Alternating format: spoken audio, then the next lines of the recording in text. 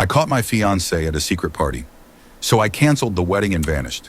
The black card with purple lettering stared back at me from my palm, elegant and ominous. Black velvet, it read, with a small symbol in the corner, a key inside a circle. My world tilted on its axis as I turned it over in my hands. This unexpected artifact spilled from my fiancé's purse. Something about it demanded investigation, screamed secrets.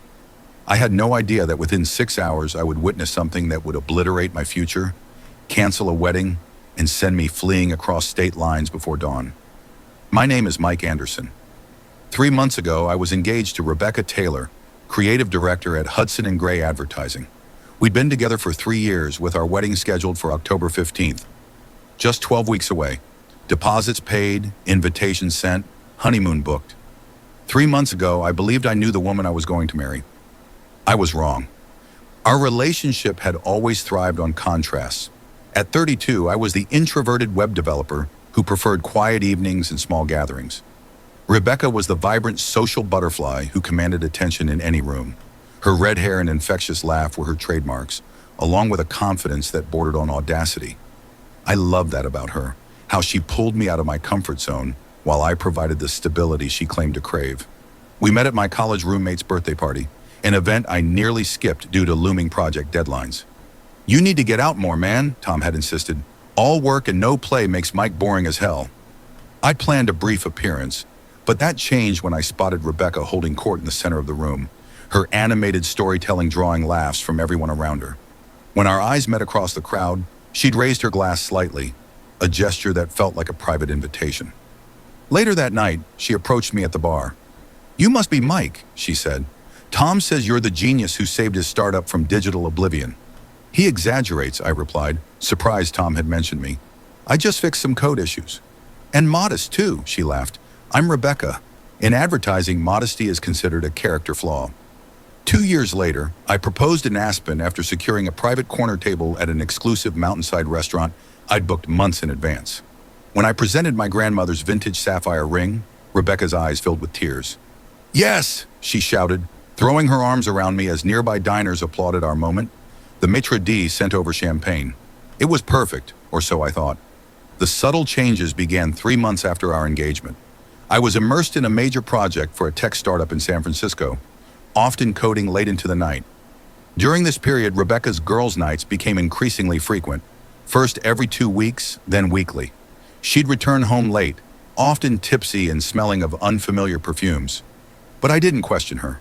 I wasn't the jealous type and had always believed trust formed the bedrock of our relationship. The night everything imploded started routinely enough. Rebecca announced she was attending her agency owner's birthday celebration. "Don't wait up, babe," she called over her shoulder, the door closing behind her. She wore a short black dress I'd never seen before, with heavier makeup than usual for a work function. I worked until nearly midnight, finally completing the complex database integration I'd been wrestling with for days. Stretching my aching back, I headed to the kitchen for a well-deserved beer. As I passed our living room, my foot caught on something. Rebecca's small evening clutch, not her usual work tote, tipped over by the couch. The purse fell, scattering its contents across our hardwood floor. Kneeling to collect the items, I found the usual suspects. Lipstick, house keys, a lighter, though Rebecca had supposedly quit smoking a year earlier. Breath mints, her ID. And then, the black card. Heavy, expensive card stock with embossed purple lettering that simply read Black Velvet. It looked like an exclusive membership card or high-end business card, but lacked phone numbers, addresses, or any identifying information beyond the cryptic name and small key symbol. Something about it set off alarm bells. Why would Rebecca have this in her work event purse? Why had I never seen it before? Returning to my computer, beer forgotten, I searched for Black Velvet online. The first results were meaningless. A whiskey brand, a painting technique, a song title, but buried on the third page of search results, I found a forum post mentioning an exclusive adult entertainment club located in the industrial district. The poster described it as the most elite swinger club in the state, membership by invitation only. Another forum thread detailed the club's strict privacy protocols: no phones permitted inside, no photography, no social media mentions. Reportedly, members included local celebrities, wealthy professionals, and even politicians. The initiation fee allegedly ran several $1,000s, with additional monthly dues. My stomach tightened into knots. This couldn't be related to Rebecca, could it? I tried to rationalize. Maybe the card was something a client had given her. Perhaps it was for research on an advertising campaign. Possibly it belonged to a coworker who had borrowed her purse. But deeper instincts told me otherwise. Rebecca returned home around 4:45 a.m., trying to move quietly but stumbling slightly. Through half-closed eyes, I watched her silhouette in the darkened bedroom. Her hair was disheveled, her carefully applied makeup smudged. She smelled of alcohol, cigarettes, and perfume that definitely wasn't hers. When she disappeared into the bathroom, I heard her humming contentedly, the sound of someone who'd had an excellent night. The next morning over coffee, I casually asked about the party. "Oh, boring corporate stuff," she said, focusing intently on stirring cream into her coffee. "Speeches, toasts, the usual. Everyone cleared out early." "You got home pretty late," I observed. She shrugged. "Some of us went to a bar afterward. Ashley is going through a rough breakup and needed to vent." "Ashley? Your coworker? I thought she moved to Chicago last month." The words left my mouth before I could censor them. Rebecca froze momentarily, then recovered smoothly. "She's back visiting, trying to decide if she wants to move back permanently." She glanced at her watch. "Shit, I'm running late. Big presentation today." She quickly finished her coffee, grabbed her regular work bag, and headed for the door. "Don't wait up tonight. Might be another late one with client revisions." The lie hung in the air between us. Ashley had indeed moved to Chicago. We'd attended her going-away party together just weeks earlier. Rebecca had even contributed to her farewell gift. This wasn't a small mistake or misremembered detail. It was a calculated fabrication. For 2 days, I struggled to focus on work, my mind continually drifting to the black card and Rebecca's lies. I checked our joint credit card statements, finding numerous charges at high-end cocktail bars on nights she'd claimed to be working late. Nothing explicitly incriminating, but another piece in an increasingly troubling puzzle. On Friday evening, Rebecca prepared to go out again. "The girls want to celebrate Sarah's promotion," she explained, applying mascara in our bathroom mirror. Another new outfit appeared, tight black pants and a low-cut blouse I'd never seen before. "Don't wait up, okay?" I watched as she dabbed my birthday gift perfume behind her ears, checked herself in the full-length mirror, and grabbed the same small evening clutch from Wednesday night. My chest tightened as I noticed the black card peeking from the purse's side pocket. "Have fun," I managed, keeping my voice casual as I pretended to focus on a basketball game on TV. "Tell Sarah congratulations from me." She hesitated at the door. "Will do. Love you." "Love you too." The words felt hollow, mechanical. After she left, I paced our apartment for 30 minutes, debating my next move. I'd never followed anyone before. It felt invasive, something I'd always condemned. But the inconsistencies in her stories, the changed phone password I discovered that morning, the mysterious card, they all pointed to something serious. I needed to know the truth, even if it shattered everything. I changed into a dark blue button-down shirt and jeans, grabbed the spare black card I'd found in her dresser drawer earlier that day, and called a taxi. The driver raised his eyebrows when I gave him the address. "Not much out this way at night, buddy," he commented as we drove through increasingly industrial areas. "Meeting some friends," I replied tersely. The area was indeed industrial. Abandoned warehouses, dimly lit streets, chain-link fences topped with barbed wire. But scattered among the derelict buildings were signs of selective renewal. A few converted loft spaces, an artisanal distillery, a late-night cafe catering to the creative crowd. And parked along the otherwise empty street, Audis, BMWs, a Porsche Cayenne, even a Maserati. These weren't vehicles you'd expect in this neighborhood at midnight. I paid the driver and stepped out, immediately spotting well-dressed couples walking ahead of me, speaking in hushed tones. They turned down a side street, and I followed at a distance, trying to look like I belonged. The only sign of life on an otherwise deserted block was muffled electronic music and two large men in suits standing by an inconspicuous door.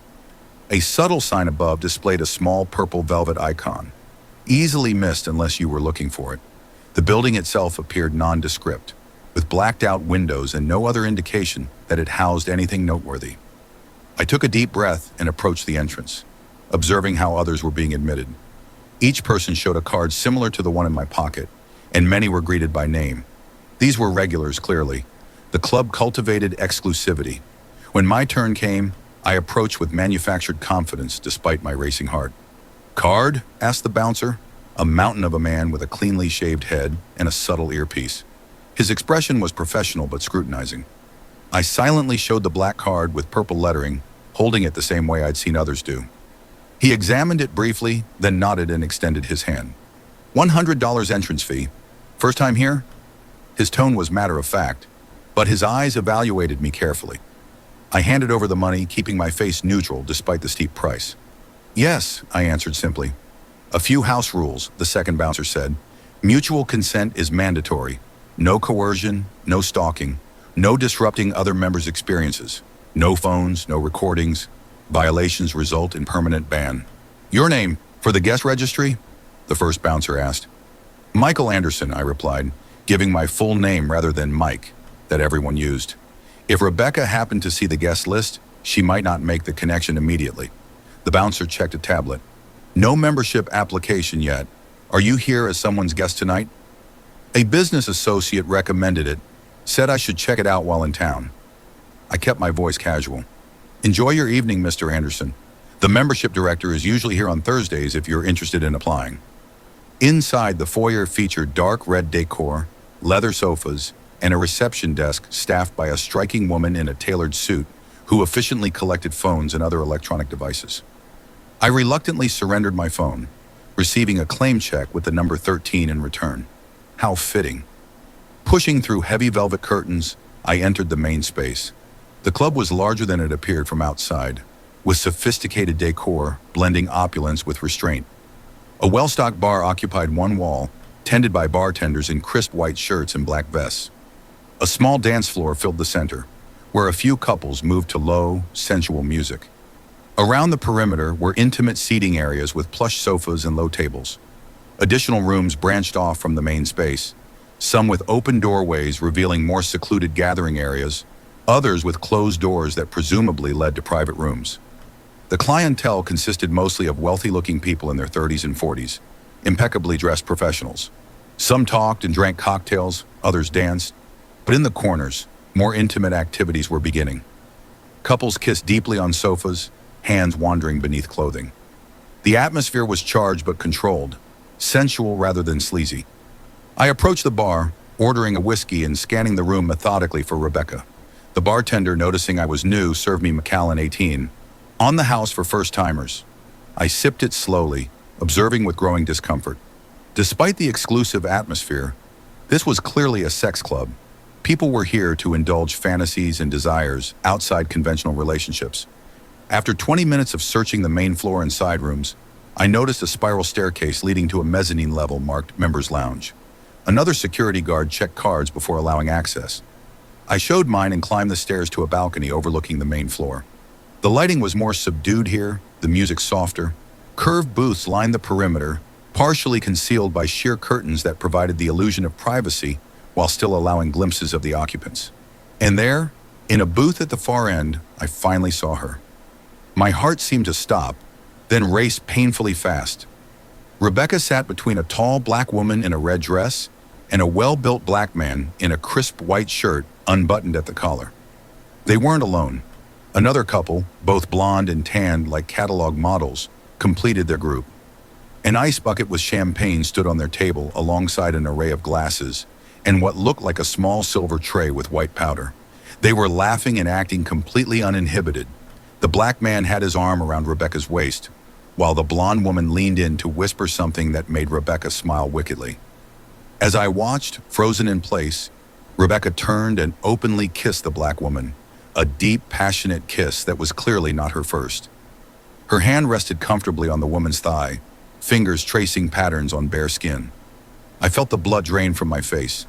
This couldn't be a mistake or misunderstanding. My fiancée, who had tearfully accepted my proposal, who was planning our wedding, who talked about starting a family, was cheating on me with multiple strangers in a high-end sex club. I continued watching, unable to look away, despite the pain building in my chest. Rebecca looked completely at ease, relaxed, confident, accustomed to such surroundings. She wore her sexuality openly here, in a way I'd never seen before. The others interacted with her with obvious familiarity. These weren't new acquaintances. How long had this been happening? How many girls' nights had actually been spent here? The blonde man handed Rebecca what appeared to be a credit card in the silver tray. With practiced ease, she arranged the white powder, cocaine, into neat lines. One by one, they each leaned forward to snort a line through a rolled bill. Rebecca went last, throwing her head back afterward with a laugh I could see but not hear. The man in the white shirt pulled her closer, his hand moving up her thigh beneath her skirt as he kissed her neck. She melted into his touch, eyes closed, completely lost in the moment. I felt physically ill, a cold sweat breaking out across my forehead. It wasn't just the betrayal of our relationship, it was the complete disconnect between the Rebecca I thought I knew and the woman I was watching now. Had I ever really known her at all? Suddenly, the black woman glanced in my direction, as if sensing my stare. I quickly turned away, moving back toward the stairs. I'd seen enough, more than enough. Another moment, and Rebecca might have noticed me, creating a scene that would only add humiliation to heartbreak. I descended the stairs rapidly and made my way through the main floor toward the exit, surrendering my claim check to retrieve my phone. Outside in the cool night air, the contrast between the sensual environment of the club and the quiet, empty street was jarring. My emotions were chaotic: rage, humiliation, betrayal, loss. But beneath these, something else solidified: determination. I wouldn't create a scene. I wouldn't beg or plead. I wouldn't give Rebecca the satisfaction of seeing me broken. As I walked away, seeking distance before calling a taxi, I heard footsteps behind me. I quickened my pace, turned a corner, and nearly collided with a red-headed woman lighting a cigarette, her face briefly illuminated by the flame. "Leaving so soon?" she asked with a knowing smile. "The night's just getting started." I tried to move past her, but she studied my face in the dim streetlight. "First time seeing someone you know here, I take it?" She took a drag of her cigarette. "Let me guess. Wife? Girlfriend? Fiancé?" My expression must have confirmed her suspicion.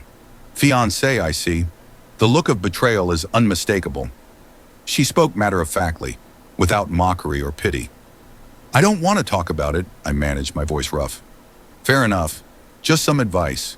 Whatever you decide to do it for yourself, not out of revenge." She handed me a business card. "I'm Dr. Elaine Porter. I'm a therapist specializing in relationship trauma. Call if you need to talk." I looked at the card suspiciously. "You recruit clients at sex clubs?" She laughed softly. "No, I'm here as a member, not a professional. But in my line of work, I've learned that moments of crisis are also moments of opportunity." I pocketed the card and continued walking. The encounter left me even more unsettled. Was my situation so common that strangers could recognize it at a glance? Eventually, I found a dive bar, about as far from the sleek atmosphere of black velvet as possible, and ordered a double whiskey. My phone buzzed with a text from Rebecca. "Having fun with the girls, don't wait up. Might crash at Ashley's if it gets too late. Love you." The casual lie, topped with a declaration of love and a kiss emoji, sent a fresh wave of anger through me. I shut off my phone completely. On the taxi ride home, my mind raced through options. Confront her? What would be the result? Tearful apologies, promises it was just experimentation? Painful conversations, maybe therapy, trying to repair what had been fundamentally broken? But something deep inside told me trust could never be restored. This wasn't about sexual infidelity alone. Relationships can sometimes recover from an isolated indiscretion. This was systematic, deliberate lying over months. And the drugs we'd explicitly discussed early in our relationship, our mutual aversion to that path after watching friends struggle with addiction. When I entered our apartment, it felt both familiar and alien, the space we'd shared now contaminated by lies. I moved through the rooms, seeing evidence of our life together with new eyes. The framed photos of our trips, the wedding planning binder on the coffee table, her side of the closet with clothes I'd bought her. My decision crystallized. I wouldn't make a scene. I would simply disappear from her life, cleanly and definitively. I began methodically gathering my essential belongings: laptop, external hard drives with client work, important documents, medications. Enough clothes for a week. I filled a backpack and 2 duffel bags. The rest could be replaced. In my home office, I downloaded important documents from our shared cloud account, then removed my access. I wrote a brief note on the monogram stationery Rebecca had ordered for our thank you cards. Rebecca, I know about Black Velvet. I was there tonight and saw you with the group upstairs. The wedding is off. Don't try to find me or contact me. Mike. I left a note on the kitchen table, took my engagement ring, my grandmother's antique sapphire, out of the jewelry box. Then I composed a formal email to everyone involved in our wedding plans. Dear family and friends, I regret to inform you that the wedding scheduled for October 15th has been canceled due to personal circumstances. I cannot provide details at this time and ask that you please respect our privacy. Any gifts already received will be returned promptly. Please reach out to the vendors you referred us to, as deposits may still be refundable with proper notice. Sincerely, Michael Anderson.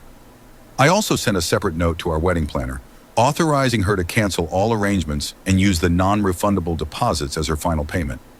It was around 5 in the morning, the quiet hour before dawn. I loaded my things into my Subaru and methodically removed all traces of my digital presence that could be used to track me. Blocked Rebecca's number, removed her from social media, changed email passwords, and deleted apps from my phone. Then I called my brother in Colorado. Despite the early hour, Jason answered on the third ring. Mike, what's wrong? The wedding's off. I need a place to stay for a while. Can I come to you? There was a brief pause, then, of course, man, no questions asked. When? I'm leaving now. Should be there by tonight if traffic's good. Text me your ETA. You okay to drive? You sound off. I'm fine, I assured him, though fine was far from the truth. Just need to get out of here.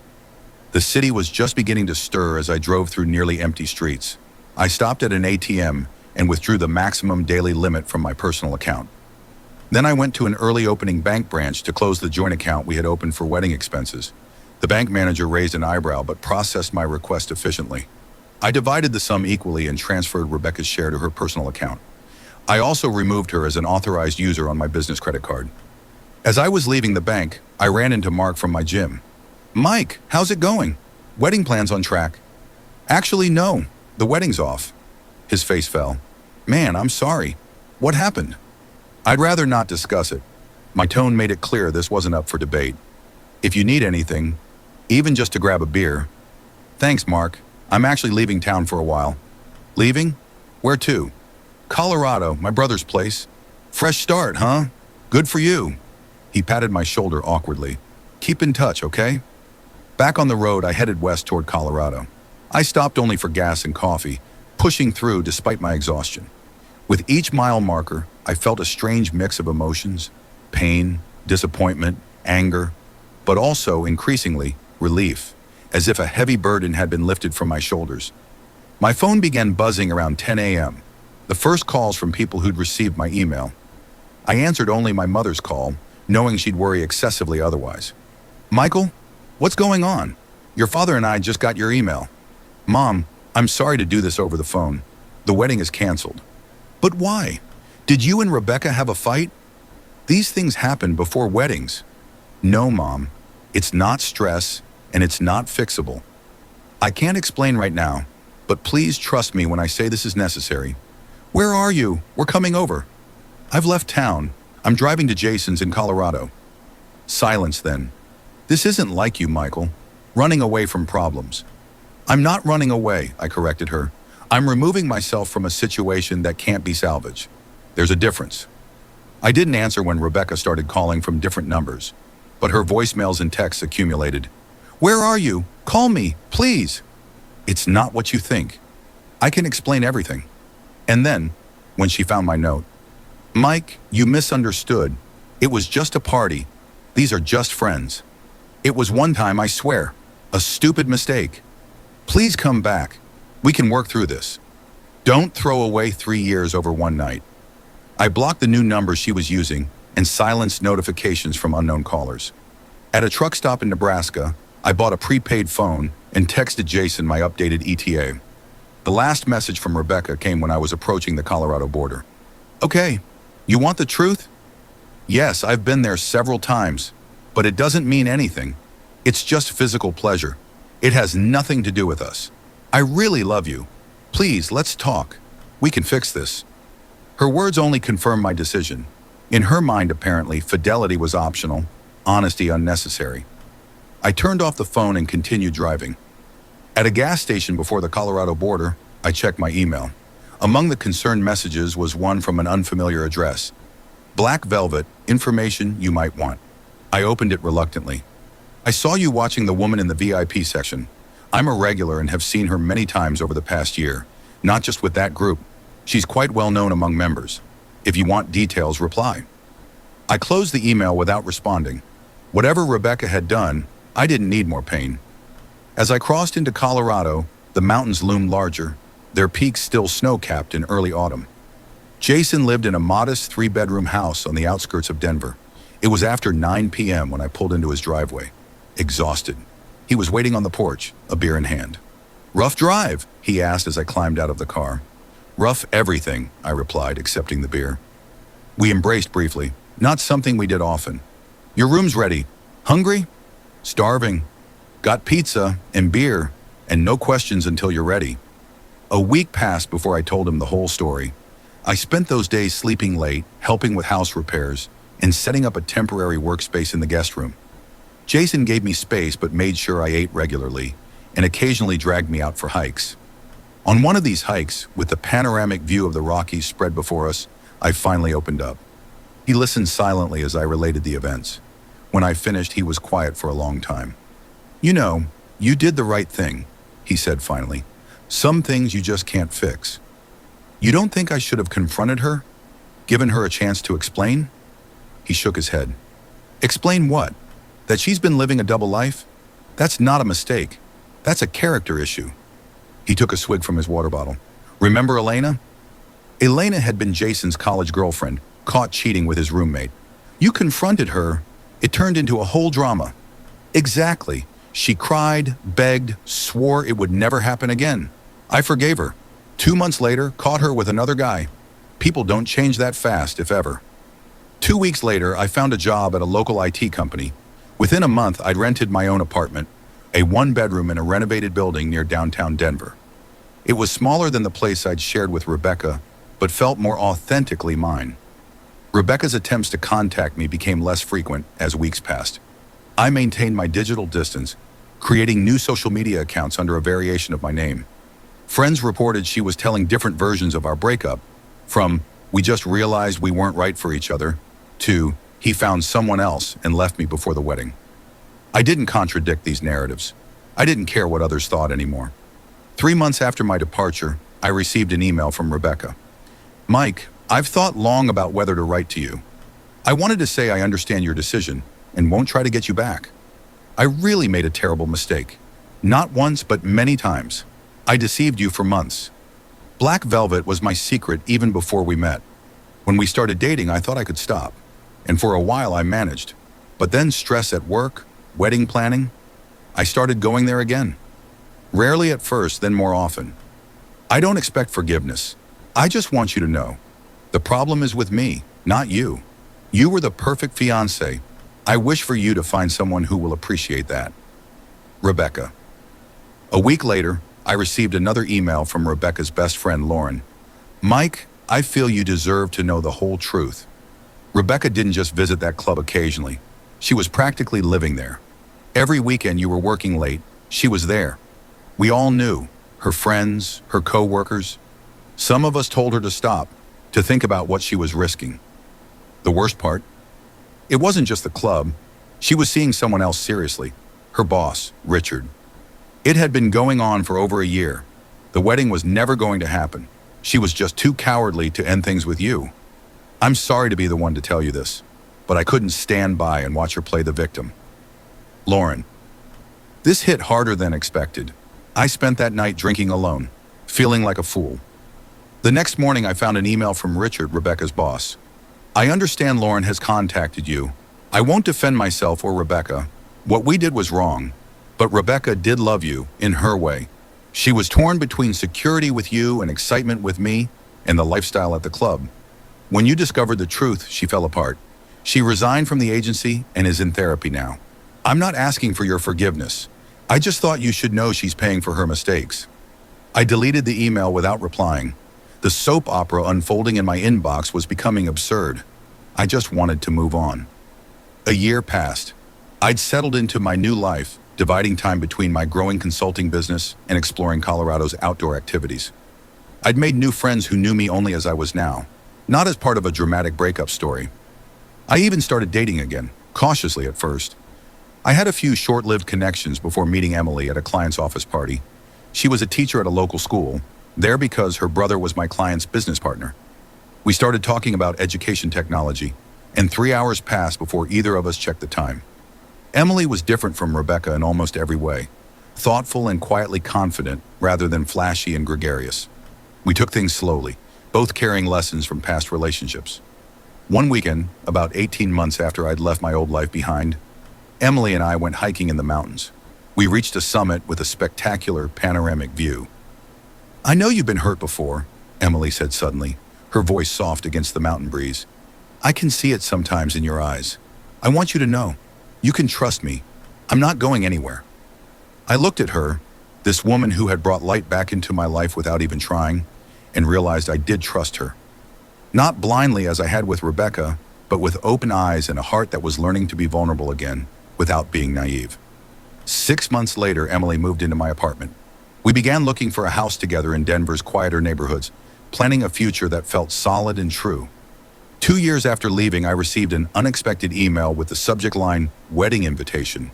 It was from Rebecca, addressed to me and Emily, though I'd never told Rebecca about her. Inside was a note. "Mike, I heard you're happy now. I'm glad. I've moved back to Phoenix and am getting married next month to someone who accepts me as I am. I've learned a lot since you left, mostly about honesty, with others and with myself. I don't expect you to come to the wedding. I just wanted you to know I'm okay too, and to thank you, strangely enough. You're leaving the way you did. It forced me to face myself in ways I never had before. Be well, Rebecca." I showed the invitation to Emily that evening. "Do you want to go?" she asked. I shook my head. "No, that chapter is closed." I sent a small clock from a local artisan with an inscription on the back. "Time reveals truth." The gesture wasn't about rekindling communication, but closing a door with grace rather than bitterness. That spring, Emily and I found our house, a craftsman-style bungalow with mountain views. The night we moved in, we sat on the porch with champagne, watching the sunset paint the mountains gold. "Happy?" Emily asked, her head on my shoulder. "Very," I replied, and meant it. Looking back now, I don't regret finding that black card with purple lettering. It showed me a truth I needed to see, painful as it was. Had I discovered Rebecca's betrayal after our wedding, the emotional and financial cost would have been far greater. Last month, as Emily and I were planning our own wedding, a small ceremony in the mountains, I received a final message from Rebecca. "Mike, saw your engagement announcement online. Congratulations. She looks like someone who deserves you. Be happy. R." I showed it to Emily, who smiled gently.